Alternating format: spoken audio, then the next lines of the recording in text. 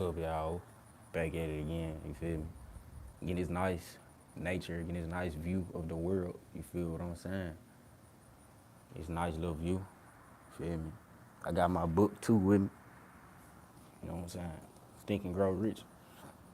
Finna read chapter 2 real quick.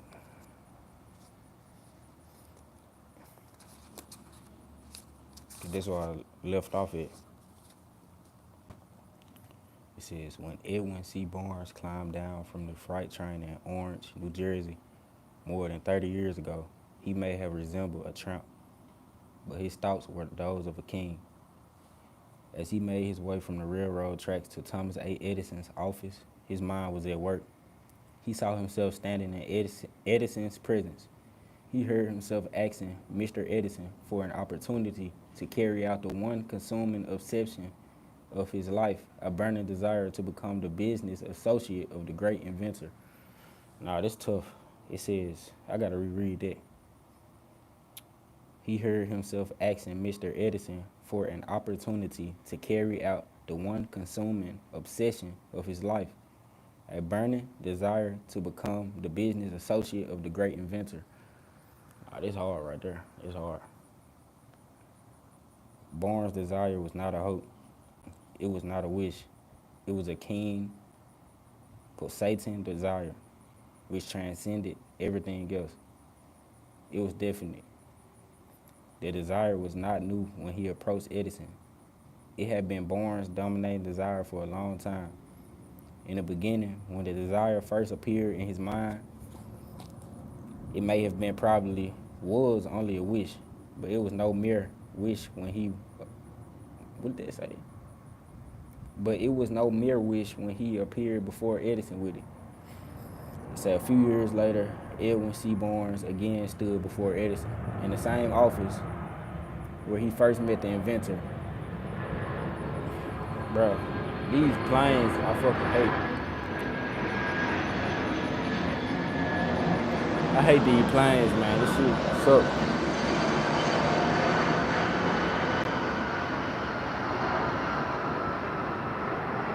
Can you go by, please? Goddamn. Trying to read my book. I'm trying to read my book and the plane just going. They look at this on GTA or Fortnite. I would have been RPG'd that man. I would have been RPG'd that hoe. But yeah, it says, what did I leave off at? A few years later, Edwin C. Barnes again stood before Edison in the same office where he first met the inventor. This time, his desire had been translated into reality. That's what's up, though. He was in business with Edison. The dominating dream of his life had become a reality. Today, people who know Barnes envy him because of the break life yielded him. They see him in the days of his triumph without taking the trouble to investigate the cause of his success. Barnes succeeded because he chose a definite goal, placed all his energy, all his power, all his effort, everything back of that goal. He did not become the partner of Edison the day he arrived. He was content to start in the most menial work as long as it provided an opportunity to take even one step toward his cherished goal. I heard something. What the fuck that noise, man? You know, sometimes you gotta check your surrounding. You feel me? What's up with you? Shit, Vines. What's going on, my G? I'm saying, reading Think and Grow Rich right now. Feel me? How everything going with you, bro? Okay, we got another plane coming. Planes be, yeah. Hurry up and go by, please.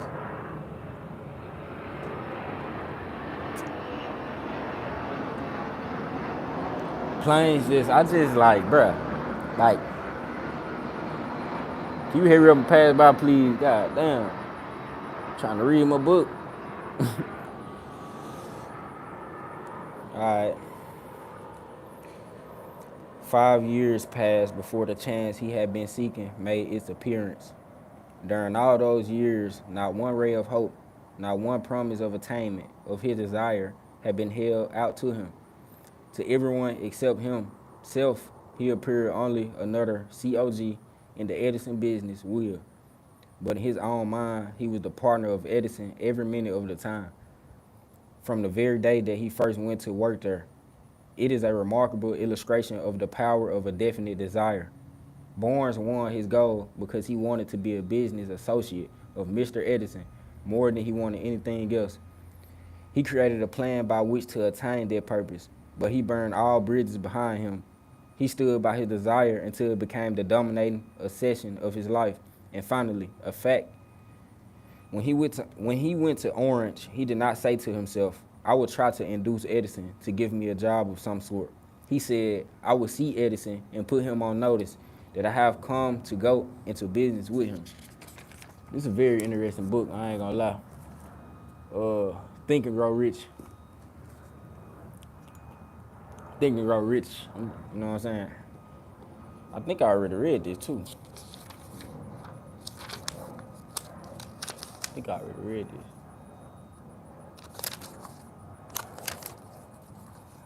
Let me change the title up. I ain't gonna change the title. Shit, they just tune in. They gonna know what's going on. But yeah, I'm reading Thinking and Grow Rich right now. You know what I'm saying? Thinking and Grow Rich. Right from school. What's up with you, girly pop? What's going on, bro? He did not say I will work there for a few months, and if I get no encouragement, I will quit and get a job somewhere else. He did say I will start anywhere. I will do anything Edison tells me to do, but before I am through, I will be his associate. He did not say I will keep my eyes open for another opportunity. In case I fail to get what I want in the Edison's organization, he said, there is but one thing in this world that I am determined to have, and that is a business association with Thomas A. Edison. I will burn all bridges behind me and stake my entire future on my ability to get what I want. That's hard right there. This is Think and Grow Rich. Think and Grow Rich. Is this my home? Something like that. A whole bunch of acres, you know what I'm saying? Something like that, you feel me? But yeah, Think and Grow Rich is actually a great book. I ain't in school, I'm out of school. I graduated. Yeah, this ain't school. You would have been hearing kids in the background. But yeah, it's a great book, man. A great book. It says, he left himself no possible way of retreat. He had to win or perish. That is all there is to the Barnes story of success. A long while ago, a great warrior faced a situation which made it necessary for him to make a decision, which ensured his success on the battlefield. He was about to send his armies against a powerful foe, whose men outnumbered his own. He loaded his soldiers into boats, sailed to the enemy's country, unloaded soldiers and equipment, then gave the order to burn the ships that had carried them. Addressing his men before the first battle, he said, you see the boats going up in smoke. That means we cannot leave these shores alive unless we win. We now have no choice. We win or we perish. They won. Oh, that's tough right there. I'm 18. It says, every person who wins in any undertaking must be willing to burn his ships and cut all sources of retreat. Only by doing so can be won. Only by doing, words kind of fumbling up. Only by so doing can one be sure of maintaining the state of mind known as a burning desire to win. It's essential to success. It said, the morning after the Great Chicago Fire, a group of merchants stood on the State Street looking at the smoking remains of what had been their shores. My speech is kind of, you feel what I'm saying? Because if you are, God loves that absolutely and utterly, bro. I feel like God do appreciate the ones he see putting the work in, bro. You feel what I'm saying? And he bless those ones. So if nobody see you, God see you. You feel me? But yeah, it says, the morning after the Great Chicago Fire, a group of merchants stood on State Street looking at the smoking remains of what had been their stores. They went into a conference to decide if they would try to rebuild or leave Chicago and start over in a more promising section of the country. They reached a decision, all except one, to leave Chicago. The merchant who decided to stay and rebuild pointed a finger at the remains of his store and said, "Gentlemen, on that very spot, I will build the world's greatest store, no matter how many times it may burn down." This nigga, he had a lot of confidence. Yeah. What's his name again? Thomas A. Edison. Yeah, Thomas A. Edison, bro. Hey, man, I appreciate it, twin. That was up, bro. That was up. Appreciate it. You know what I'm saying? Usually I'll be on live working out right now, but shit, I'm just chilling. I'm just reading my book, getting some knowledge in and shit, you feel me? And shit, whoever mess with it, mess with it. Whoever don't, shit, cool, shit. I ain't tripping, shit. You know what I'm saying? That was more than 50 years ago. The store was built. It stands there today. A tyrant, oh my God. Words kind of. It says, that was more than 50 years ago. The store was built. It stands there today. I'm not finna say that word. Monument to the power of the state of mind known as a burning desire. The easy thing for Marshall Field to have done would have been exactly what his fellow merchants did. When the going was hard and the future looked when the future looked dismissal, they pulled up and went where the going seemed easier. My words are kind of fucking. Appreciate it, gang. Appreciate it, bro. I appreciate that, man. He said, mark well this difference between Marshall Field and the other merchants, because it is the same difference which distinguishes Edwin C. Barnes from thousands of other young men who have worked in the Edison's organization. It is the same difference which distinguishes practically all who succeed from those who fail. Every human being who reaches the age of understanding of the purpose of money wishing will not bring riches, but desiring riches will, with a state of mind that becomes an obsession. Then planning definite ways and means to acquire riches and backing those plans with persistence, which does not recognize failure, will bring riches. I need to underline this. I'm gonna come back to this chapter and kind of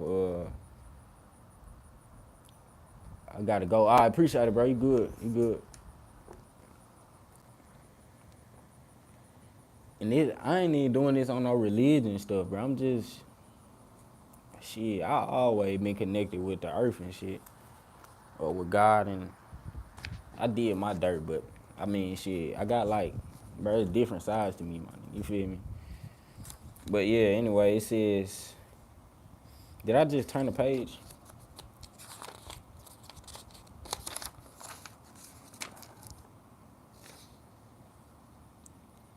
Steps here.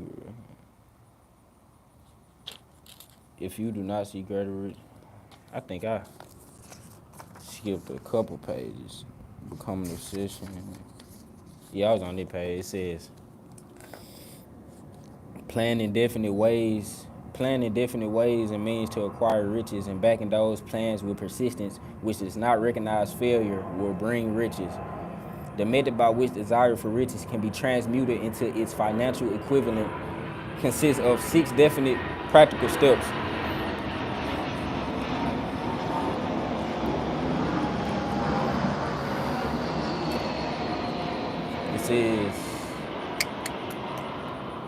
It says first, fix in your mind the exact amount of money you desire. It is not sufficient merely to say, I want plenty of money. Be definite as to the amount. There is a psychological, what the fuck? Psychological, what the fuck? Hello, how the fuck I say this? Psychology. I don't know, my nigga. I don't know what the other fuck. Psychological reason. There is a psychological reason for definiteness, which will be described in a subsequent chapter. Determine exactly what you intend to give in return for the money you desire. There is no such reality as something for nothing. Third, establish a definite date when you intend to possess the money you desire. Fourth, create a definite plan for carrying out your desire and begin at once, whether you are ready or not, to put this plan into action. Fifth, write out a clear, concise statement of the amount of money you intend to acquire. Name the time limit for its acquisition. State what you intend to give in return for the money, and describe clearly the plan through which you intend to accumulate it. Read your written statement aloud twice daily, once just before retiring at night, and once after arising in the mornings. As you read, see, and feel, believe yourself already in possession of the money. It is important that you follow the instructions described in these 6 steps. It is especially important that you observe and follow the instructions in the 6th paragraph. Self in possession of money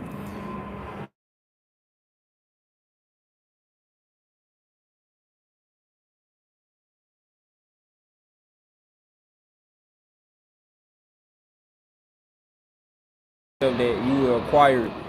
The object is to want money and to become so determined to have it that you convince yourself you will have it.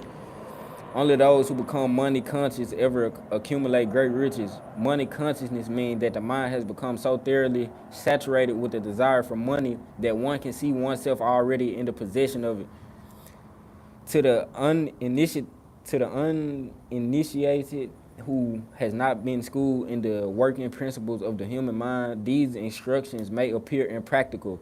It may be helpful to all who fail to recognize the soundness of the 6 steps, to know that the information they convey was received from Andrew Carnegie, who began as an ordinary laborer in the steel mills, but managed, despite his humble beginning, to make these principles yield him a fortune of considerability more than $100 million. It may be a further help to know that the 6 steps here recommended were carefully scrutinized by the late Thomas A. Edison, who placed his stamp of approval upon them as being not only the steps essential for the accumulation of money, but necessary for the attainment of any definite goal. The steps call for no hard labor. They call for no sacrifice. They do not require one to become ridiculous or credulous. Credulous. Yeah, that's kind of big ass word. Damn. Yeah, that's what they said. I look up and I forgot why I stopped out. That's how you know this book is very powerful, because, like, I look up and forget what the fuck I'm at. The steps call for no hard labor. They call for no sacrifice. They do not require one to become ridiculous or credulous. To apply them calls for no great amount of education, but the successful application of these 6 steps does call for sufficient imagination to enable one to see and to understand that accumulation of money cannot be left to chance, good fortune, and luck. One must realize that all who have accumulated great fortunes first did a certain amount of dreaming, hoping, wishing, desiring, and planning before they acquire money. You may as well know right here that you can never have riches in great quantities unless you can work yourself into a white heat of desire for money and actually believe you will possess it. You will possess it. You may as well know also that every great leader from the dawn of civilization down to the present was a dreamer. Christianity is the greatest potential power in the world today because its founder was an intense dreamer who had the vision and imagination to see realities in their mental and spiritual form before they had been transmuted into physical form.